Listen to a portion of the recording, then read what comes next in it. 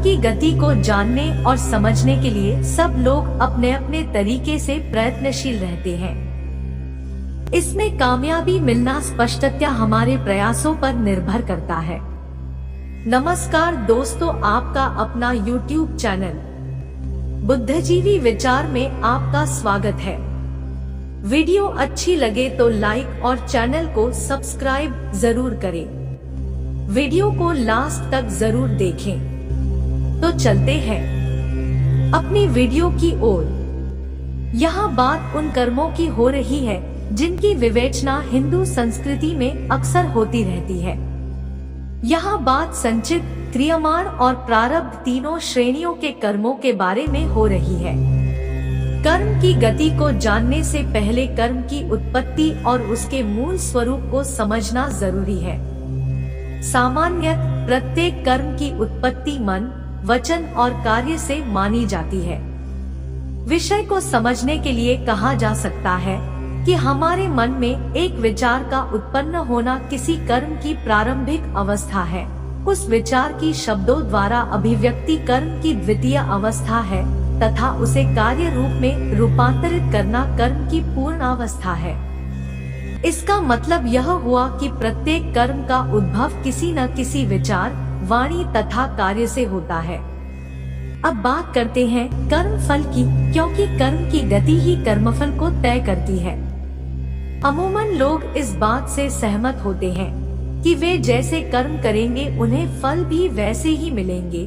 फिर भी अक्सर शिकायत करते रहते हैं कि मैंने तो ऐसा कोई कर्म किया नहीं, फिर भी मुझे अमुक फल मिला। यहाँ बात हो रही है अनपेक्षित कर्मफल की, क्योंकि अच्छे फल की प्राप्ति पर बात कम ही होती है। शिकवे शिकायत का दौर तो तभी शुरू होता है जब फल आशा के अनुरूप नहीं आते हैं। ऐसे लोगों को यह ध्यान रखना चाहिए कि कर्म का मतलब केवल कोई कार्य ही नहीं होता है, बल्कि मन में किसी विचार को उत्पन्न करना या होने देना भी कर्म है, और वाणी से भला बुरा कहना भी कर्म है। अतः ईश्वरीय न्याय पर अंगुली उठाने से पहले यह जानने का प्रयास करना चाहिए कि हमने मन, वचन और कर्म के स्तर पर क्या क्या किया है। किसी भी कर्म के फल को जानने की दिशा में यह प्रथम सोपान है। एक विवेकशील व्यक्ति जैसे ही ऐसा करेगा, उसे अपने कर्म की गति का भान होने में देर नहीं लगेगी। कर्म की गति की समझ होने पर यह स्पष्ट हो जाता है कि कर्म की शुद्धता के लिए उसके बारे में विचार के स्तर से ही सावधान रहने की जरूरत है। यदि विचार के स्तर पर चूक हो जाए तो वाणी के स्तर पर कर्म गति को नियंत्रित करने की कोशिश हो सकती है। कर्म गति को अपनी इच्छा के अनुरूप बनाने का अंतिम अवसर कार्य के स्तर पर होता है।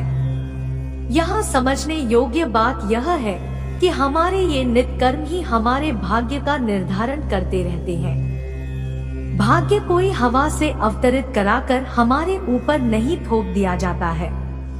इसे हम ही अपने कर्मों द्वारा बनाते बिगाड़ते रहते हैं। हाँ, भाग्य निर्धारण में पूर्व जन्म के कर्मों का भी अपना योगदान होता है, लेकिन उस पर ज्यादा चर्चा करने से कुछ खास हासिल होने वाला नहीं है, क्योंकि इस जन्म में अपने पूर्व जन्म के कर्मों के बारे में करने को हमारे पास पश्चाताप के अलावा कुछ और होता नहीं है। लेकिन यह जरूर याद रखना चाहिए कि यह जन्म ही अगले जन्म के लिए पूर्व जन्म का काम करेगा। इसलिए इस जन्म के कर्म न केवल इस जन्म में हमें अच्छे फल प्रदान करेंगे, बल्कि अगले जन्म में पूर्व जन्मों के कर्मों का काम भी करेंगे।